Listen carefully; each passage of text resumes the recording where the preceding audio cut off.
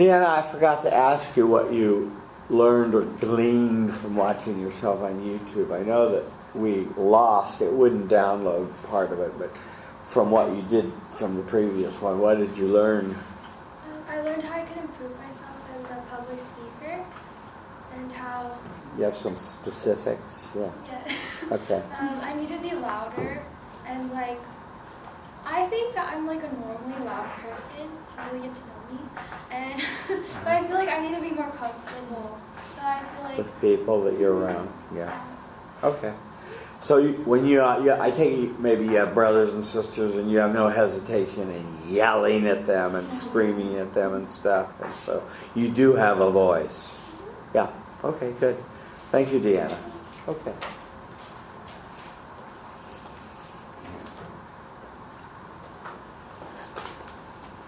Cynthia is managing attention. Let me get you in focus. Communicating respect. Saying to yourself, I respect my audience. Finding friendly eyes near the front and center. Say your name. Feel the love. Start your speech. Hi, my name is Cynthia.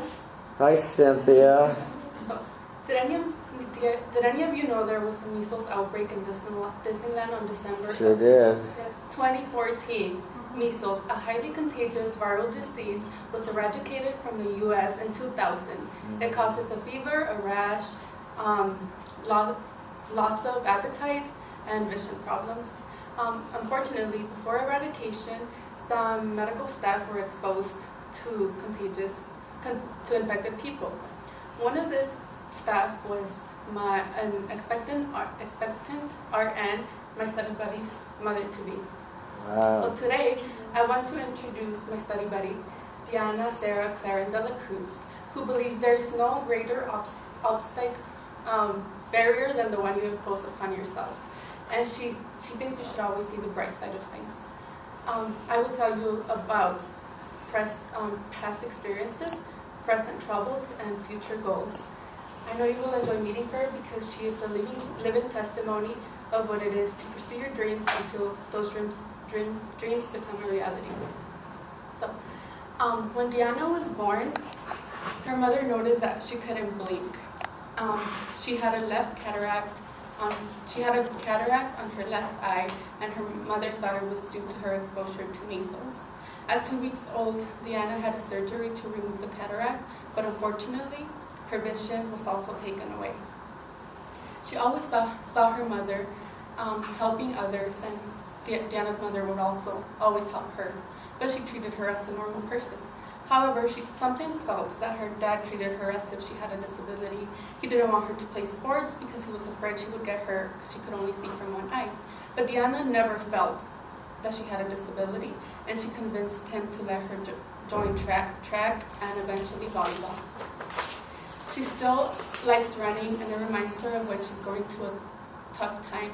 When she's struggling to reach the finish line, she remembers the joy she feels after completing the race, and she remembers to keep running, just keep running. So in the present, well, a few months ago, Diana lost her grandmother, and her mother fell into a severely diagnosed depression. Diana was overwhelmed by her family troubles and her demanding academic load, and she failed a class. The first class she ever failed was Chemistry 14B. As a nursing major, she doesn't have many opportunities to retake classes.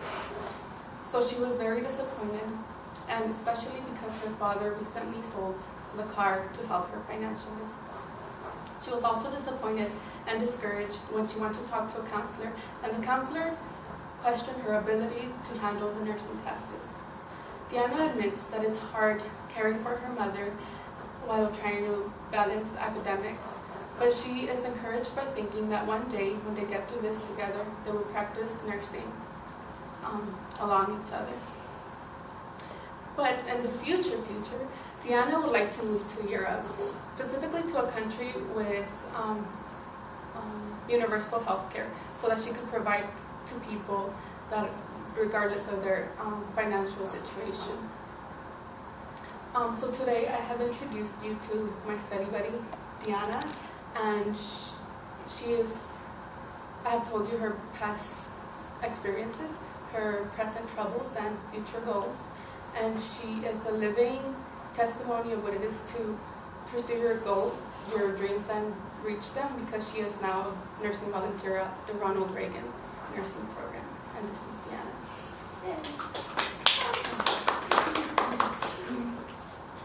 Oh, you did? Yes, that's it. Okay, good.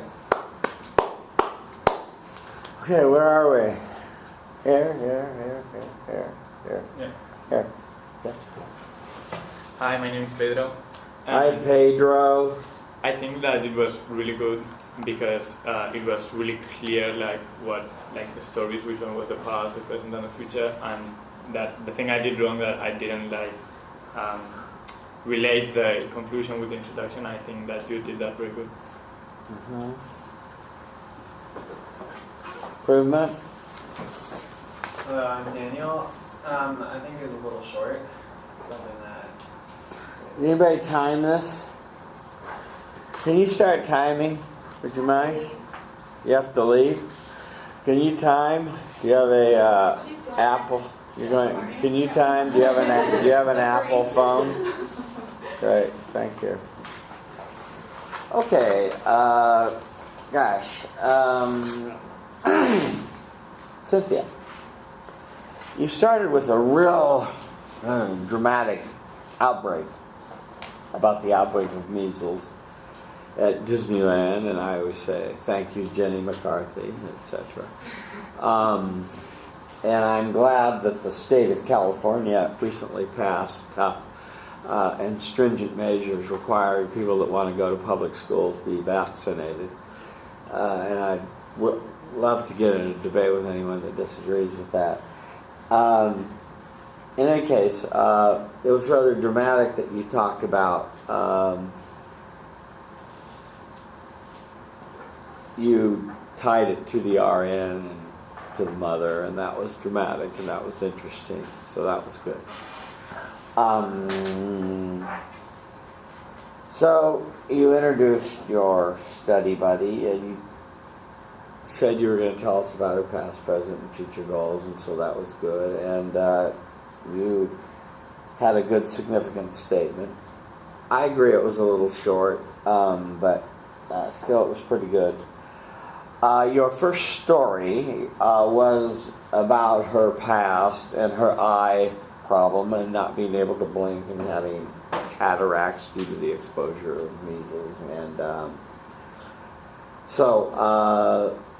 And then you said that the father sort of tried to treat her as someone with a disability, but her mother didn't, and she finally overcame that and did track and loved it. And your story about her just keeping running and keep it going to the finish line was a very vivid image that was really well told, and it was a good story. I would have just added a little moral at the end of that, but it was nonetheless a good first story. Okay. On your second story, I would have said something like presently, or real more of the. You've heard me say this to others. Let the narrative be more present.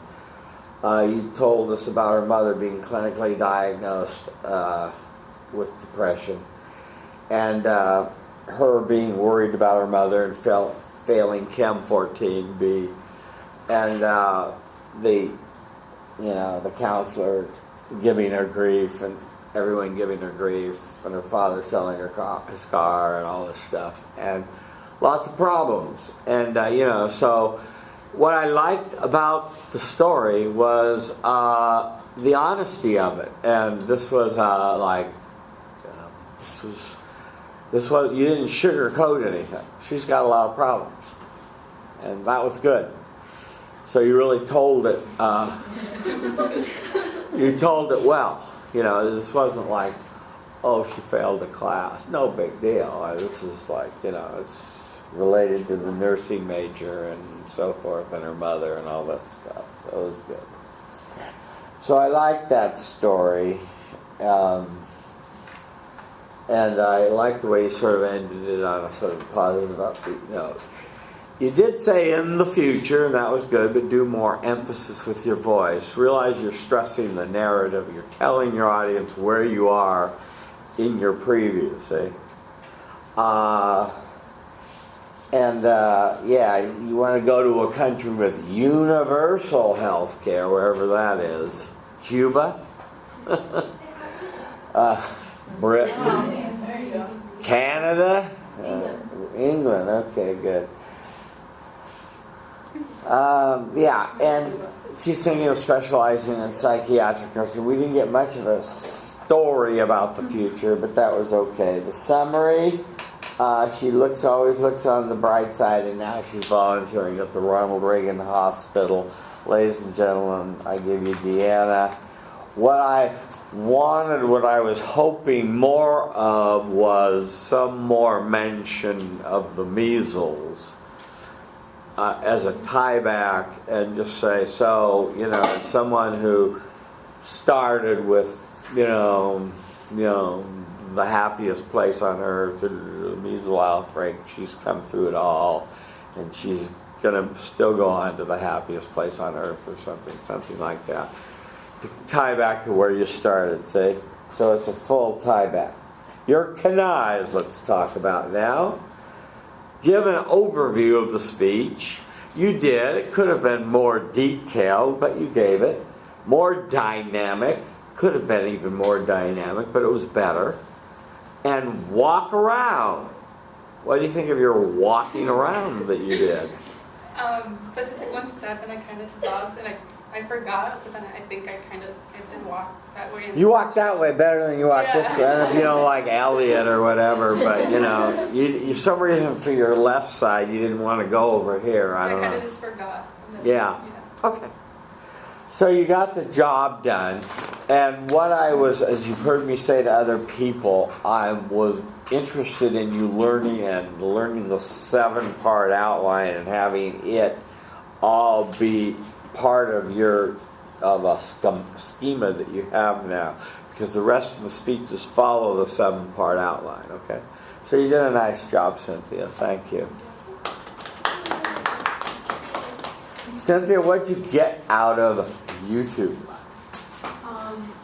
You can stand up there and tell me. Yeah.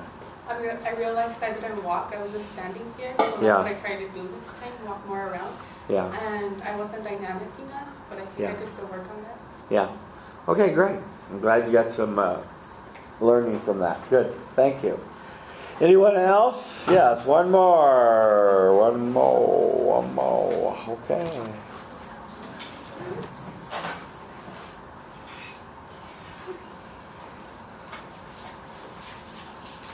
Bye. Oh, before you go, can I ask you a question? Because one of the things I did in the other class was quiz everybody about their film speech and their emotions. So have you settled on your film speech and your 3 emotions? Yes, I picked Finding Nemo. What? I picked Finding Nemo. Great. And what are your 3 emotions? Anxiety, fear, and happiness. But I used a better word for that. Like joy. Yeah, Okay. joyful. Okay. Yeah. Good. Okay, so they're real distinct and concrete. Yeah, 'cause he One told person. the story The reason I say this, and I'll just say this for everybody, is somebody in the 10 o'clock class said one of his emotions was made me think. And I wasn't quite so sure that's such a great emotion. Is thinking an emotion? I don't know. Yeah. So, okay. So you'll be ready to rock and roll on Wednesday? Yes. Great. Oh, one other thing. I'm going to show some of our models today, so do watch them on YouTube.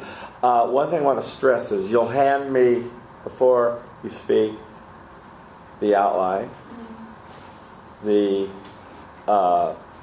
if you owe me, if you haven't turned in your self-evaluation.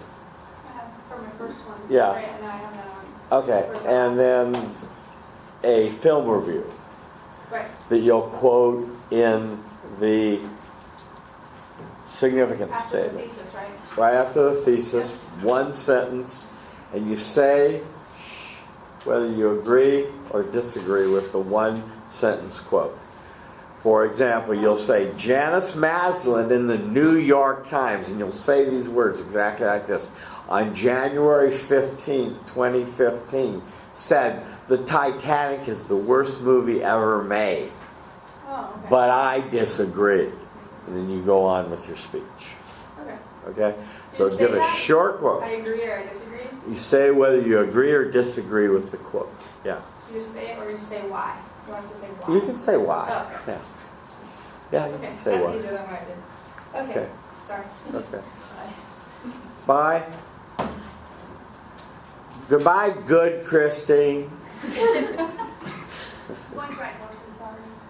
What? I'm going to ride horses, sorry. Oh, great. Yeah, enjoy it. Okay. She's managing attention. Communicating respect. Unfold your hands. Let them be by your side naturally. It's Isa-tu, right? Saying to yourself, I respect my audience, really meaning it. Finding friendly eyes near the front and the center. Say your name. Feel the love. Start your speech. Hi, my name is Isa Chomban. Hi, Isa-tu. Hi. Okay. So when life hands you lemons, you could either make lemonade or lemon water. And this depends all on the ingredients you have. In life, I was blessed enough to have all the ingredients that I needed. They might not have been enough. Excuse me. They might not have been much, but they were certainly enough. So I was born in Daniel Freeman Memorial Hospital in Inglewood, California. When I was 8 years old, my mother, my siblings, and I moved to Senegal, Dakar, Senegal, and I lived there for about 5 years. While in Senegal, I pretty much met my entire family, both sides, both my mother and my father's side of the family. They were also just as blessed as I was, but unfortunately, unlike myself, they probably are never going to see outside of Senegal because of how hard it is to get a visa out there, and they're probably never going to pursue a higher education other than the university in Senegal. And while out there, I also saw the living situation in Senegal for many impoverished people. So I saw women and children in Senegal just sitting in the streets or living in abandoned homes because that was all they could afford or all they could utilize. And after experiencing this, I vowed to myself that I would become a doctor because I wanted to help my family members and also the people that lived in Senegal. I wanted to create a nonprofit organization and move back to Senegal to help everyone out there. At the age of 13, we moved back here so that I could start high school. I was much of a loner while in high school, but I was also pretty involved. So I was our co-captain for our marksmanship team, and I was also in varsity basketball. Other than that, I was in programs such as AVID and Upward Bound to get into a good university. My dream school was Stanford High School, Stanford University. Even though I didn't get accepted, I got accepted to my second choice university, and that was UCLA. While in UCLA, I majored in physiological science. I wanted to become a neonatal surgeon. And the competition in UCLA is pretty insane. So I kind of struggled to stay a physiological science major. So while I was here, I kind of shifted from major to major, and I ended up being an English major. While being an English major, I was still pre-med, so I still had goals of going to medical school and becoming a doctor. To boost up my resume, I went into research. So I researched at the Center of Health and Sciences focusing on PCOS, which is polycystic ovarian syndrome. And even though my life was getting back on track, I realized that I did not want to be a doctor anymore. Not just because it was difficult, but my love for it, everything just diminished as the months went by and as the quarters went by. So I eventually I was already an English major, but I had goals of double majoring in communications and going into marketing, specifically in the fashion industry. So what does this have to do with me becoming, owning a nonprofit organization to help people in Senegal and here medically. Well, it doesn't. It was just my passion that I've always had, and I thought, you know what, it's finally time for me to start thinking about myself. So as of right now, I'm interning at a marketing and PR firm in downtown Los Angeles to help boost my resume and to make sure I get into a top-notch university. My graduate school of choice is Columbia University, and that's my dream school to go into for business. So I also still do have dreams of creating a nonprofit organization in Senegal, specifically for women and children out there, and also for women and children out here, because obviously, even though it might not be that apparent, we do have a lot of women and children, and even men, who suffer from being homeless or being starvation and all that. So it's kind of my future goals for myself, and all of this that I have experienced, so that's living in Senegal, going through high school, and now being in college and switching my majors constantly just to figure out what I want to do in the future, has shaped me in a way that I feel like I can pursue what I want to do, but at the same time help others in the way that I want to help them. And that's who I am now. Thank you. Okay, where are we? I guess we're back up here. What did you like?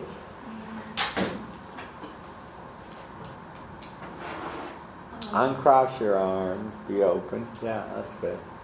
Hi, my name's Cynthia. Hi, Cynthia. I was interested in how you said you want to open a nonprofit, and how you said that at the end, even though what you're doing right now doesn't really have much to do with that, but in the future you still want to come back to how you started. So she tied back to Yeah. that, yeah. Mm-hmm. Okay, improvement. Hi, my name's Deanna. Hi, Deanna. You can be more clear with your structure, like to summarize past, present, and future. Yeah.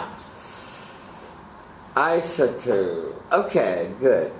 It's hard to do yourself. It really is. It's just, because you think you know yourself, and it's one of the things our author talks about, the curse of thinking that everybody knows, and you know what they know, and they know what you know, and so forth. But what I'd like you to do, I'd like to see you redo the speech and really follow the structure. Now you started off with, when life hands you lemons, you make lemonade or lemon water. And I would have liked to have seen a reference to lemon and lemon water at the end, and still go back to the nonprofit at the end, and that sort of thing. You had the past, present, and future written down here, but you didn't quite get to it. And I think it will help you if you put down the speech in a Roman numeral outline form. For your film speech, you go Roman 1, intro 2, thesis preview, 3, sig statement, 4, main body, and then do it that way. That'll help you remember it too. So I guess we'll say you kind of followed in a chronological order with your past, and you started at Daniel Freeman in Inglewood, I guess it is, right? And then you headed out for Senegal, right? And that was an eye-opener for you, because, it's a place of many extremes, shall we say. And sadly, you noted that many people will never get out of Senegal for a variety of reasons, poverty and the visa system, etc. And you were fortunate to come back, and so forth. So that was a pretty good story that you were able to move back to Los Angeles. I was intrigued. I thought it was unexpected that you were a marksman. That means you shoot a gun, right?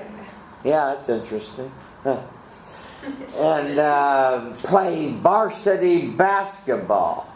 You didn't talk much to people, and you made it to UCLA. So that was a mouthful for your past, right? I mean, and when you watch yourself tonight, you're going to see what I mean. It was just kind of a stream of consciousness, but it was kind of your past, and it wasn't. It was just a little bit hard to follow. So try to make that easier to follow. So then what you want to say is, so when I got to UCLA, I started out as a physiological science major, and then tell your story of changing majors and going from that to English to that and research and so forth, and comm studies and so forth. And I thought you told your evolution away from medicine pretty well. So that was okay. And then you kind of had the future kind of got mixed up with the present, but I would have liked you to say, so in the future, and say it that way, so in the future, I want to go into fashion, but I still want to do the institute and go back to my roots in Senegal and like that. And I didn't hear at the end, see, what I was after you was you learned the some parts. What I didn't hear. So in summary, I told you about my past in Senegal, my present, changing many majors at UCLA, and my future in fashion.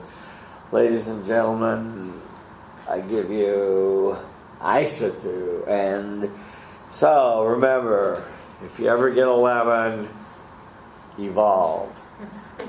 Make lemonade. See? That would have hung together. So, you see what I'm after with making more of the structure of what I assign? So I really want to see you, if you don't want to redo this speech, I really want to see you follow the film outline precisely as I gave it with those prompts right in there, okay? Okay, thank you. Okay. Is that all the intros? Okay, is anybody ready to go right away on their film speech? Are you ready to go right away? Anybody ready to go right away?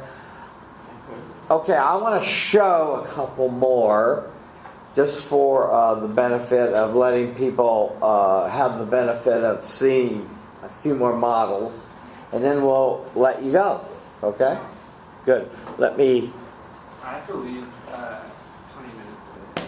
You have to leave 20 minutes early. Well, good. You'll get to see some models. Okay. How do I stop this?